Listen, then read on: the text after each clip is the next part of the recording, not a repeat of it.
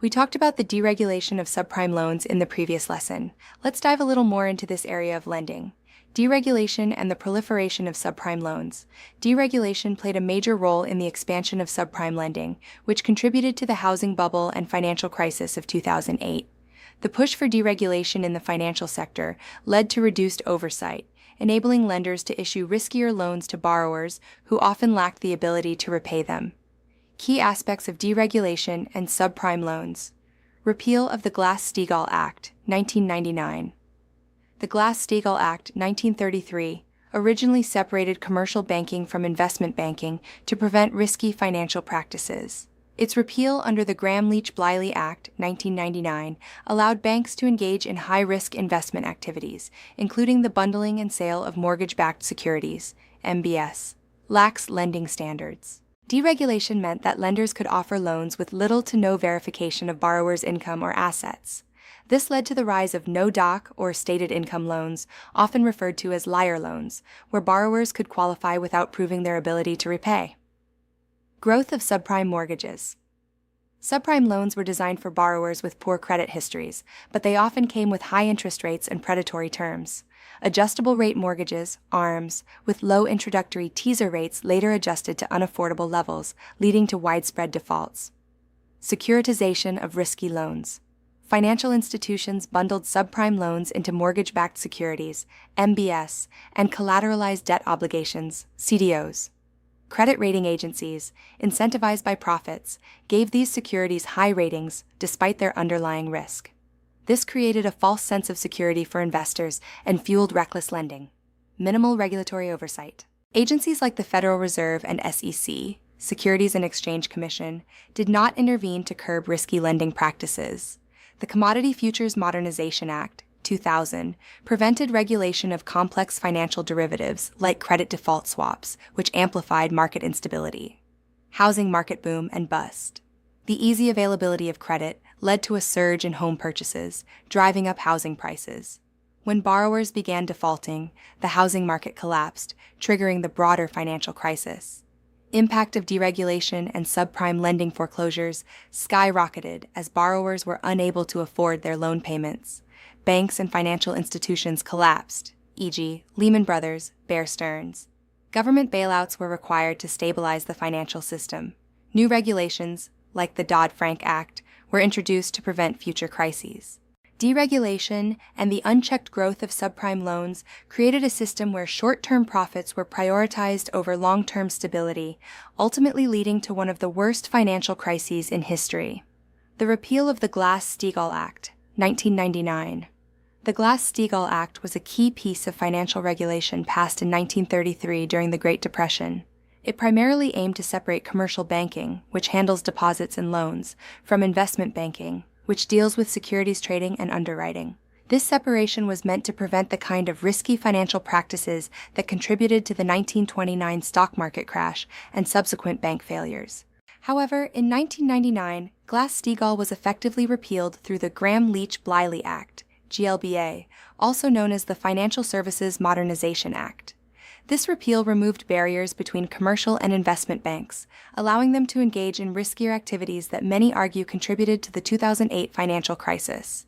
Key provisions of Glass-Steagall, before repeal, prohibited commercial banks from engaging in investment banking activities, e.g., underwriting securities, stock trading. Barred investment banks from taking deposits.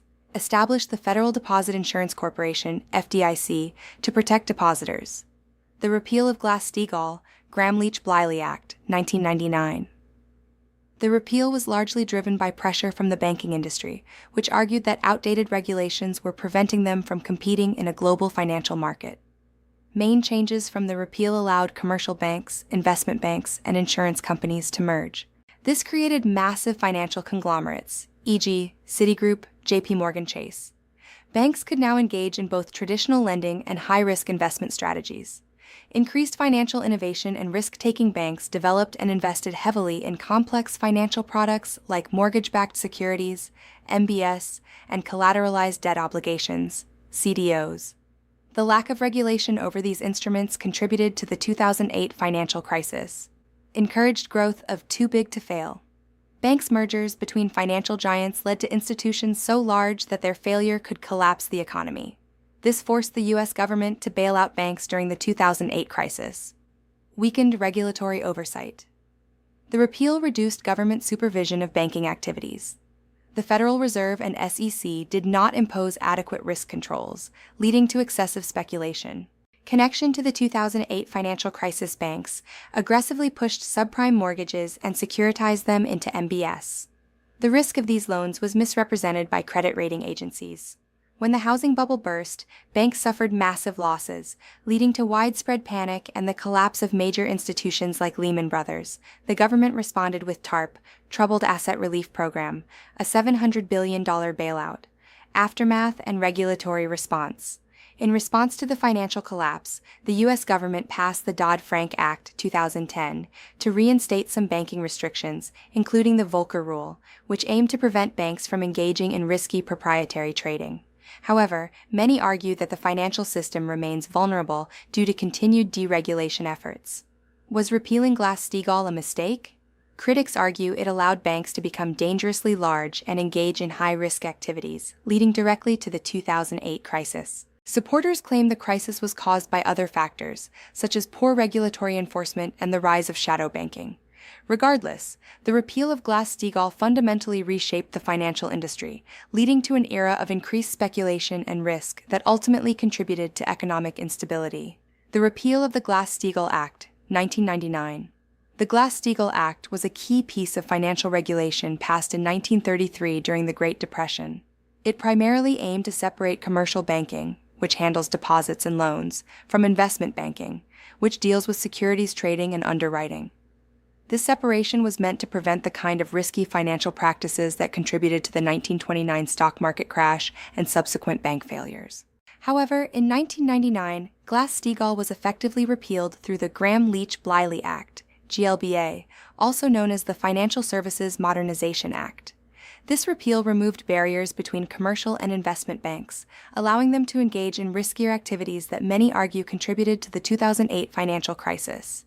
Key provisions of Glass-Steagall, before repeal, prohibited commercial banks from engaging in investment banking activities, e.g., underwriting securities, stock trading, barred investment banks from taking deposits, established the Federal Deposit Insurance Corporation, FDIC, to protect depositors. Gramm-Leach-Bliley Act, 1999, Financial Services Modernization Act. The Gramm-Leach-Bliley Act, GLBA, also known as the Financial Services Modernization Act of 1999, was a landmark piece of legislation that repealed key provisions of the Glass-Steagall Act, 1933. It removed the separation between commercial banking, investment banking, and insurance, allowing financial institutions to merge and offer a broader range of services. Key provisions of the Gramm-Leach-Bliley Act. Repeal of Glass-Steagall's restrictions. Before GLBA, banks were restricted from engaging in both commercial banking, taking deposits, making loans, and investment banking, securities trading, underwriting. The repeal allowed banks, investment firms, and insurance companies to merge, forming financial conglomerates. Creation of financial holding companies, FHCs, allowed a single company, e.g., Citigroup, JP Morgan Chase, to own subsidiaries that offer banking, investment, and insurance services. Encouraged the consolidation of financial institutions, creating too big to fail banks. Privacy and consumer protections required financial institutions to disclose how they share consumer data and allow customers to opt out of some information sharing. Mandated safeguards to protect consumer financial information from fraud or identity theft. Regulatory changes placed oversight responsibility on multiple agencies. Federal Reserve regulates bank holding companies. SEC, Securities and Exchange Commission, oversees securities activities. State insurance regulators continue to oversee insurance activities. Why was GLBA passed? The financial industry lobbied heavily to remove restrictions from the 1933 Glass-Steagall Act, arguing they were outdated and prevented U.S. firms from competing globally. The merger of Citicorp and Travelers Group in 1998, forming Citigroup, directly pressured Congress to pass GLBA, as the merger was technically illegal under Glass-Steagall. Supporters believed the law would encourage financial innovation and economic growth. Impact of the Gramm-Leach-Bliley Act. Positive effects. Increased efficiency and convenience. consumers could access banking, investments, and insurance from one institution. Global competitiveness allowed U.S. financial firms to compete with foreign banks that already offered diversified services. Growth in financial services enabled major financial institutions to expand and generate record profits in the early 2000s. Negative effects encouraged risky financial practices, allowed banks to use depositor funds for high-risk investments, including mortgage-backed securities, MBS, contributed to the 2008 financial crisis by enabling risky lending and speculation, led to too big to fail. Banks encouraged the merger of large financial institutions, increasing systemic risk. When these banks collapsed, the government was forced to bail them out. TARP, $700 billion bailout in 2008, weakened consumer protections. Though GLBA included privacy rules, critics argue that it did not do enough to protect consumers from predatory financial practices. Connection to the 2008 financial crisis. After GLBA, banks merged and took on greater risks, particularly in the subprime mortgage market. The financial crisis was triggered when these risky mortgage-backed securities collapsed. Lehman Brothers, AIG, and others failed, while the government bailed out major banks. Aftermath and regulation changes. Dodd-Frank Act 2010 was passed in response to the crisis, reintroducing some banking restrictions and oversight. The Volcker Rule was implemented to prevent banks from engaging in speculative trading with depositor funds. However, GLBA has never been fully repealed, and major financial institutions remain larger than ever. Conclusion: was the Gramm-Leach-Bliley Act a mistake? Critics argue that it enabled reckless financial behavior and played a direct role in the 2008 crash. Supporters claim that deregulation was necessary for financial growth and global competitiveness. The Volcker Rule, a safeguard against risky banking. The Volcker Rule is a regulation that restricts banks from engaging in speculative trading in certain high-risk investments. It was introduced as part of the Dodd-Frank Wall Street Reform and Consumer Protection Act 2010 in response to the 2008 financial crisis. What does the Volcker Rule do? The rule prevents banks from using customer deposits to make risky investments, such as proprietary trading. Banks cannot trade stocks, bonds, or derivatives for their own profit. Hedge fund and private equity investments. Banks cannot own or invest in hedge funds or private equity funds beyond a small percentage. Conflicts of interest. Banks cannot use inside knowledge to bet against clients or structure investments that benefit the bank at customers' expense. Why was the Volcker Rule created?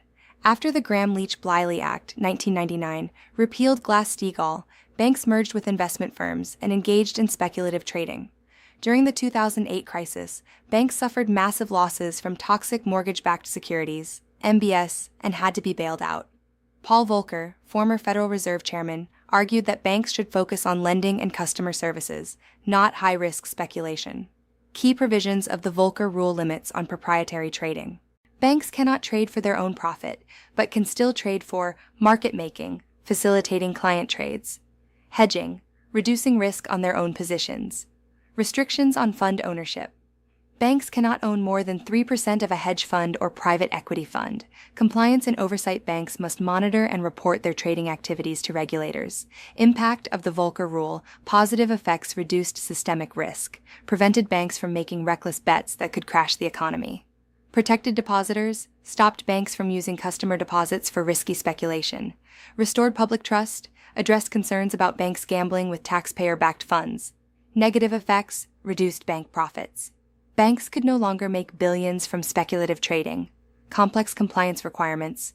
Banks had to implement strict monitoring and reporting. Criticism from Wall Street. Some claimed it hurt U.S. banks' ability to compete globally. Changes and loosening of the rule. Under the Trump administration, 2018-2020, some restrictions were loosened to allow banks more flexibility in trading and investing. However, the core prohibition on proprietary trading remains in place.